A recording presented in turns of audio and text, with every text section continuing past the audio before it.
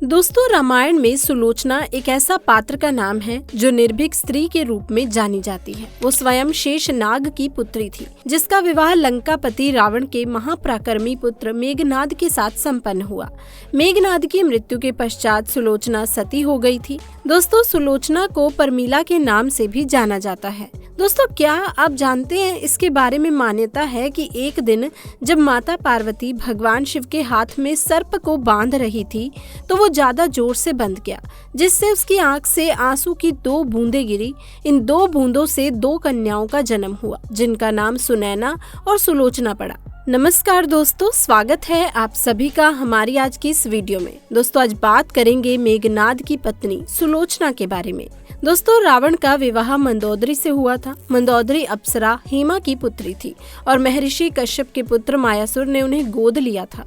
मंदोदरी से रावण को जो पुत्र मिले उनके नाम मेघनाद, अक्षय कुमार और अतिक्य थे। इनमें मेघनाद रावण और मंदोदरी का सबसे बड़ा पुत्र था। युद्ध के मैदान में सबके पसीने छुड़ाने वाला महान योद्धा मेघनाद लंकापति रावण का सबसे बड़ा पुत्र था और रावण की पहली पत्नी मंदोदरी ने मेघनाद को जन्म दिया था।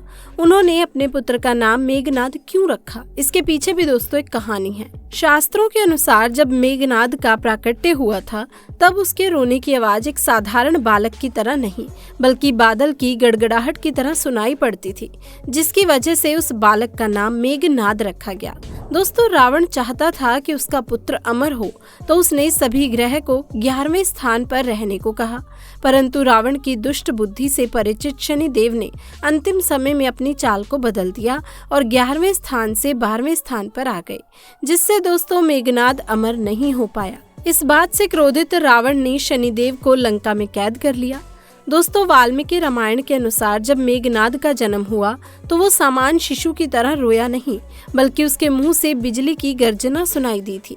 दोस्तों, मेघनाद ने साक्षात महादेव से शिक्षा प्राप्त की थी। महादेव से शिक्षा प्राप्त करके मेघनाद सभी अस्त्रों का ज्ञाता बन गया था। अपनी किशोरावस्था में मेघनाद ने अपनी कुलदेवी निकुंबला के मंदिर में गुरु शुक्राचार्य से शिक्षा लेकर कई सिद्धियां प्राप्त कर ली थी और जब मेघनाद युवावस्था में पहुंचा तो उसने कठिन तपस्या के बल पर संसार के 3 सबसे घातक अस्त्र ब्रह्मास्त्र, पशुपतियास्त्र, वैष्णवास्त्र प्राप्त कर लिए थे।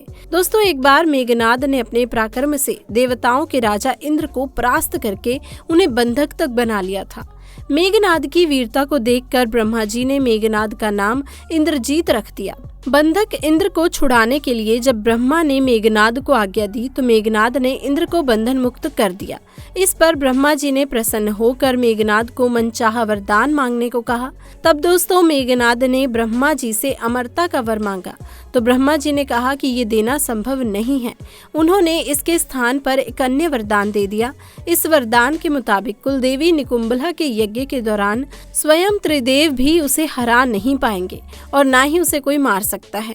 मेघनाद दोस्तों एक पितृ भक्त था। ये जानते हुए कि राम स्वयं श्री हरि विष्णु के अवतार हैं, फिर भी मेघनाद ने अपने पिता का साथ नहीं छोड़ा। यहाँ तक कि जब उसकी माँ मंदोदरी ने उसे समझाते हुए कहा कि इंसान मुक्ति के मार्ग पर अकेले ही जाता है, तब मेघनाद ने अपनी माता से कहा था कि अगर पिता को ठुकरा कर मुझे स्वर्ग भी मिले तो स्वर्ग को भी ठुकरा दूंगा। मेघनाद का विवाह सुलोचना से हुआ था। दोस्तों, सुलोचना रामायण की एक ऐसी पतिव्रता स्त्री नारी थी जिसके गुण सीता और मंदोदरी से कम नहीं थे। सुलोचना का विवाह राक्षस कुल में जरूर हुआ था, लेकिन उसमें सभी गुण देवी प्रकृति के थे। दोस्तों, जब राम रावण के युद्ध में रावण का भाई कुंभकर्ण मारा गया तब रावण अपने पुत्र मेघनाद को मैदान में उतारता है। मेघनाद युद्ध में उतरते ही सुग्रीव की सेना पर भारी पड़ने लगता है। राम और लक्ष्मण भी मेघनाद की मायावी शक्ति से कमजोर पड़ने लगते हैं, क्योंकि दोस्तों मेघनाद भगवान ब्रह्मा के वरदान के मुताबिक अपनी कुलदेवी निकुंबला का यज्ञ शुरू करके ही युद्ध में उतरा था, जिस वजह से जब श्री राम और लक्ष्मण उस पर बाण छोड़ते तो मेघनाद गायब हो जाता।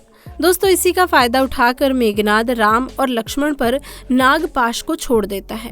मेघनाद के नागपाश से राम और लक्ष्मण मूर्छित हो जाते हैं।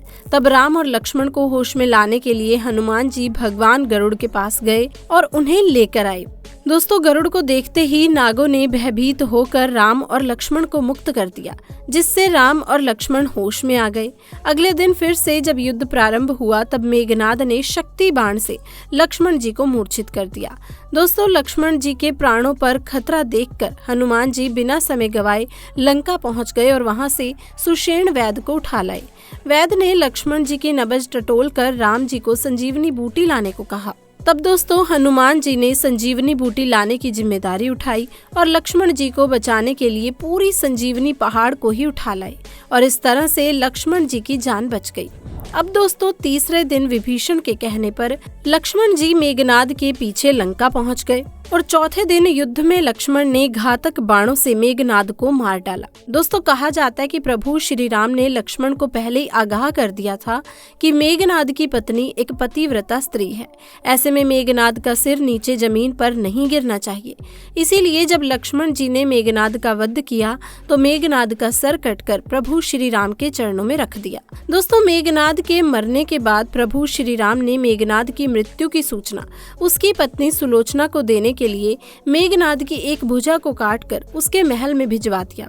कहा जाता है कि मेघनाद की कटी हुई भुजा देखकर सुलोचना को विश्वास नहीं हुआ, इसीलिए सच का पता लगाने के लिए सुलोचना ने मेघनाद की भुजा को युद्ध का संपूर्ण वृत्तांत लिखने को कहा। दोस्तों, मेघनाद के कटे हुए हाथ ने सुलोचना की बात का मान रखते हुए युद्ध का संपूर्ण वृत्तांत लिख दिया। साथ ही मेघनाद के कटे हुए हाथ ने लक्ष्मण का गुणगान भी लिखा।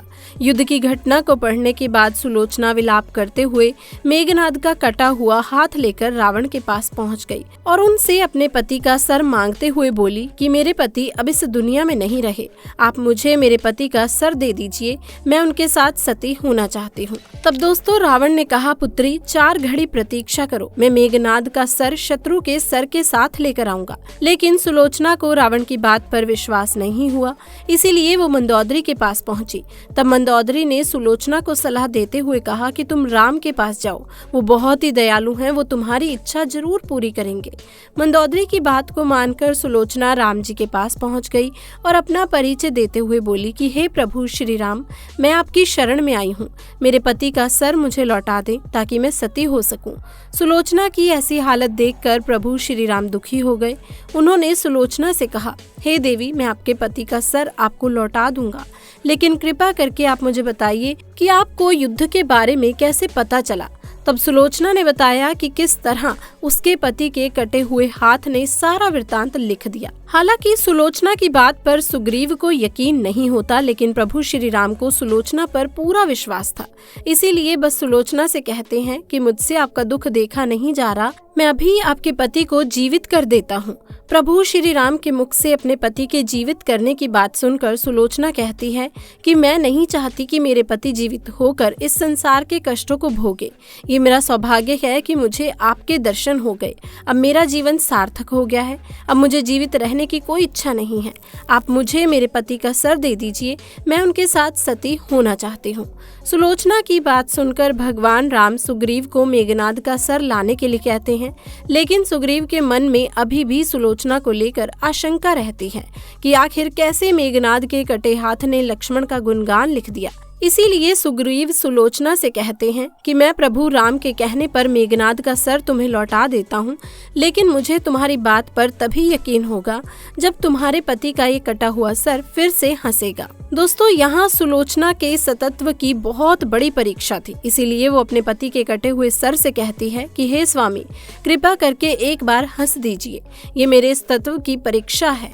कहा जाता है कि सुलोचना के इतना कहते ही मेघनाद का कटा हुआ सर जोर जोर से हंसने लगा और इस तरह से सुलोचना अपने पति के कटे हुए सर के साथ लंका लौट आती है, जहां समुद्र के किनारे मेघनाद की अर्थी सजाई जाती है और दोस्तों सुलोचना जलती अग्नि में बैठ जाती है। तो दोस्तों, इस वीडियो में फिलहाल इतना ही। ये थी सुलोचना और उससे जुड़ी कहानी। आपको हमारी वीडियो कैसी लगी आप हमें जरूर बताइएगा और साथ ही दोस्तों वीडियो पसंद आई हो तो इसे लाइक करें, शेयर करें और भी ऐसी वीडियो देखते रहने के लिए चैनल को सब्सक्राइब करें। मिलते हैं और एक नई वीडियो के साथ, तब तक के लिए आप सभी का धन्यवाद।